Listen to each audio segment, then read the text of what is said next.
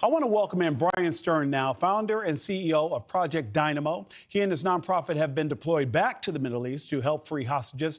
I know that you have seen the Senate hearings. You know that the fight for more funding has been disrupted a couple of times with that testimony. There are estimates that about 500 American citizens are trapped in southern Gaza right now. This week, we spoke with a man here in the United States. His adult daughter, her husband, and their 5 kids have tried to leave for weeks, but they can't. What can you share about this group and efforts to help rescue them? Well, the situation is beyond complicated. We could sit here for an hour trying to explain it, but the bottom line is this: is that there are many Americans that are stuck in Gaza. Israel controls only one of those borders. Other countries control other borders, and Hamas controls the exit.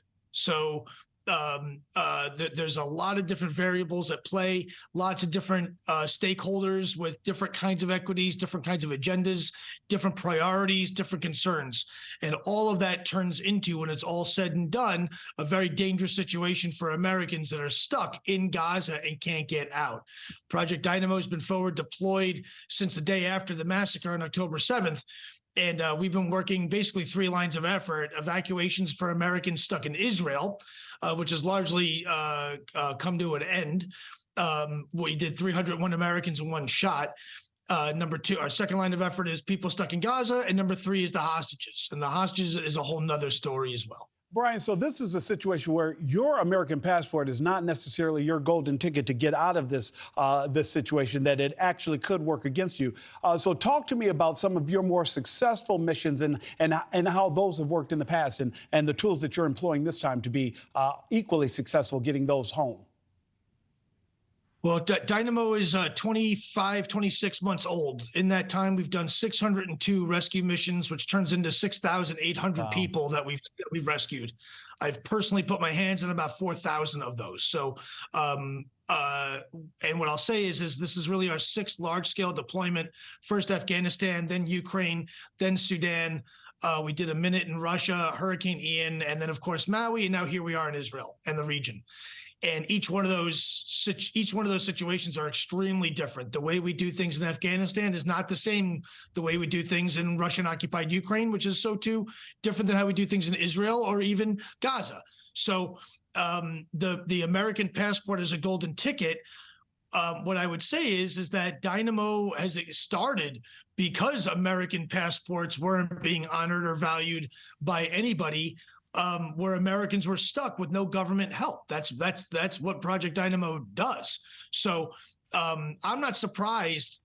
I guess I'm not surprised that the American passport, that there's not more weight behind the American passport.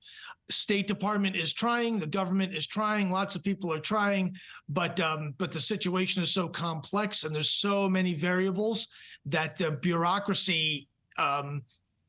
The bureaucratic procedures don't lend itself to this kind of problem set. That's kind of the problem. Brian, I want to ask you, though, too, about that video that we've been talking about this morning. Hamas released new video that shows 3 female hostages, one of them actually accusing Israeli Prime Minister Benjamin Netanyahu of failing to protect Israeli citizens during the Hamas attack on October 7th. Is it safe to assume that she's speaking under duress? In your experience, what's happening there, and what's your take on that video? Yeah, the purpose of taking hostages is utility. Hamas didn't, accidentally take 200 plus people. They were ready to take. They went in with the express intent. In fact, I bet with the express intent of taking 200 people. I would surmise that they probably planned for taking more hostages than they actually got. So the purpose of taking hostages is to serve a purpose. Leverage, utility, bargaining chips, political notoriety, straight fear, doom and gloom, panic. These are straight out of the field manual. So when you look at these videos, you have to take all of it. You have to look at them from the perspective of the utility of the hostage takers. What videos does this serve them?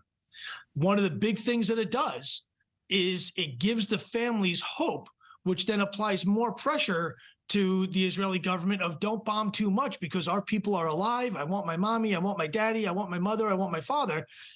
We want them back, but please don't bomb because they'll surely die.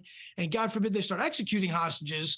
That adds a whole new dynamic to it. So when you see any of these videos, there's all kinds of clues and indicators that we see in the videos, all kinds of things. And yes, they're of course spoken under duress, with some potential truth too. Not everything is duress. Some of it is accurate sometimes.